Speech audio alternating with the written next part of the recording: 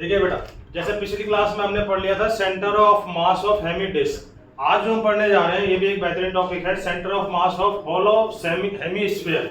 इसमें क्या है, इसमें हम एक हेमीस्फीयर लेंगे जिसका चार्ज, इस पे मास डेंसिटी कितना है, सिग्मा केजी पर मीटर स्क्वायर। ठीक है, अब हमें सबसे पहले ये सोचना है कि इस हेमी स्फीयर को हम किससे बना सकते हैं। तो इस हेमी स्फीयर को हम रिंग से बना सकते हैं।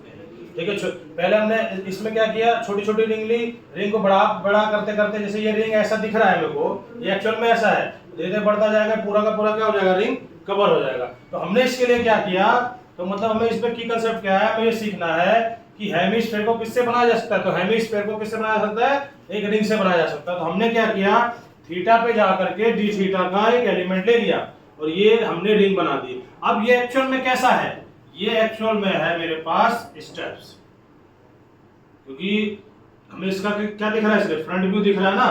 तो ये एक्चुअल में जो रिंग हमारा है वो ऐसा है, जिसका ये रेडियस, जिसका ये विड्थ कितना है बेटा, अगर ये थीटा है और ये डी थीटा है तो इस टाइप से ये आर्क है हमारे पास, ये डी थीटा है, ये रेडियस क्या है आर।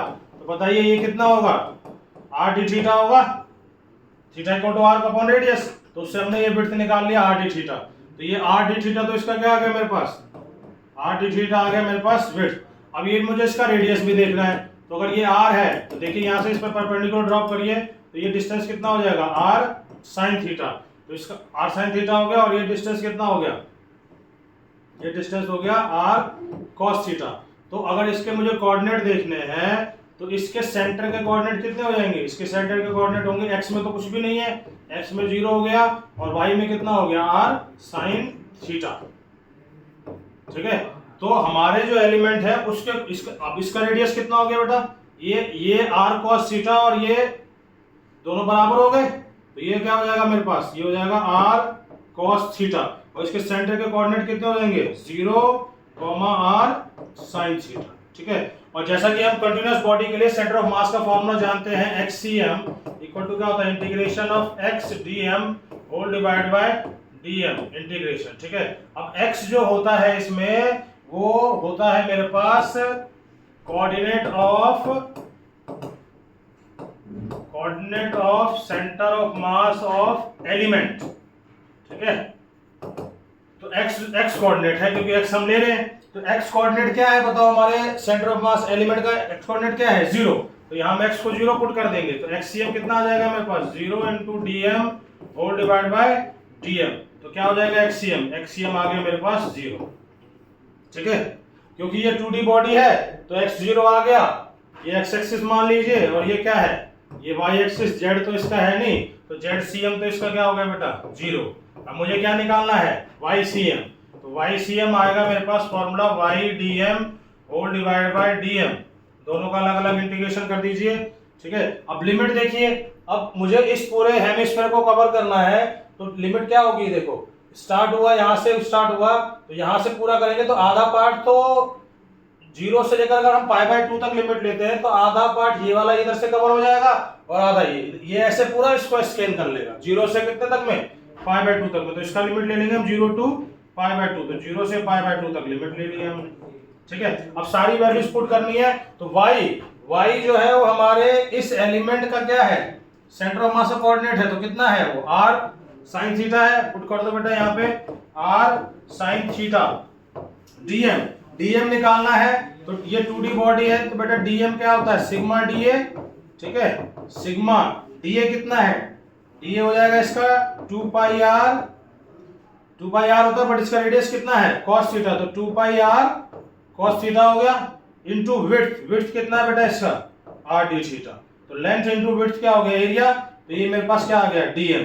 तो यहाँ पे dm पुट कर देंगे, कितना है, sigma 2πr cos theta r d theta whole divided by dm कितना है, sigma 2πr cos theta r d theta. Integrate कर देंगे बेटा 0 to π/2, 0 to π/2। ठीक है, अब जो कांस्टेंट है उसको बाहर निकाल लीजिए इंटीग्रेशन से। क्या क्या है इसमें constant, ycm equal to, constant देखिए r है, क्योंकि वेरिएबल सिर्फ और सिर्फ क्या होगा, थीटा वाला ही होगा, तो आर कांस्टेंट हो गया, सिग्मा कांस्टेंट हो गया, 2 पाई कांस्टेंट हो गया, आर कांस्टेंट हो गया, ये आर। तो देखिए आर मैंने बाहर लिया, देखो कितने आर हो गए, 1 आर 2 आर 3 आर, कितना आ गया आर क्यूब बाहर। फिर सिग्मा इंटू 2 पाई, ये सब भी कांस्टेंट है, सिग्मा 2 पाई, ठीक है, सिग्मा 2 पाई कांस्टेंट है, आर आर आर क्यूब। अंदर क्या बचा मेरे पास, अंदर बच गया sign theta cos theta d theta. तो मैं 2 को बाहर नहीं निकालता हूं क्योंकि हम इससे एक फॉर्मूला बना सकते हैं, ठीक है। 2 को अंदर मैंने अंदर ही रहने दिया। तो अंदर क्या बचा बेटा, 2 sine theta cos theta d theta, ठीक है, 0 टू पाई बाय 2। और नीचे से क्या बाहर आ सकता है, सिग्मा बाहर आ गया बेटा, नीचे से कितना बाहर आ गया, 2 पाई बाहर आ गया, और आर आर क्या हो गया, आर स्क्वायर। अंदर क्या बचा, cos theta d theta, 0 to pi by 2। अब इसको सिंपलीफाई करिए, देखिए सिग्मा से सिग्मा कैंसिल हो जाएगा, पाई से पाई, आर स्क्वायर से 1 बचा, तो ऊपर बचा r by 2 into sine 2 sine theta cos theta क्या होता है, साइन 2 थीटा। ये फॉर्मूला बनता है मेरे पास 0 to pi by 2 whole divide by cos theta का इंटीग्रेशन क्या होता है, साइन थीटा, और 0 टू पाई बाय 2।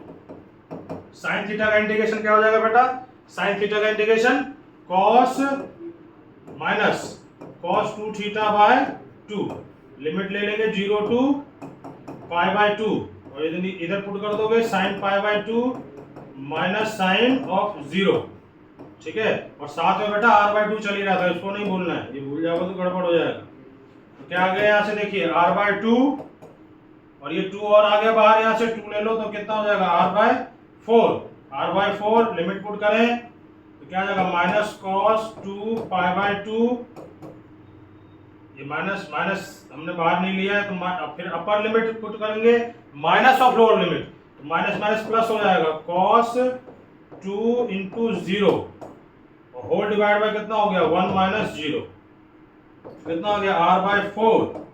तो बेटा 2 से 2 कैंसिल आउट हो गया, minus of cos pi plus cos of 0, तो कितना आ गया ये, r by 4 cos pi, minus 1 होता है, माइनस 1 प्लस 1, और 0 1 होता है बेटा, माइनस माइनस क्या हो जाएगा, प्लस हो जाएगा, तो कितना हो जाएगा ये 2r बाय 4, 2 से 2 4 कैंसिल आउट हो गया, कितना बचा r बाय 2। इसका मतलब YCM कितना आ गया मेरे पास, r बाय 2। इसका मतलब इसका सेंटर ऑफ मास का कोऑर्डिनेट कहाँ होगा, अगर ये पूरा रेडियस कितना है बेटा मेरे पास, अगर पूरा रेडियस r है तो इसके सेंटर ऑफ मास का कोऑर्डिनेट कितना हो जाएगा,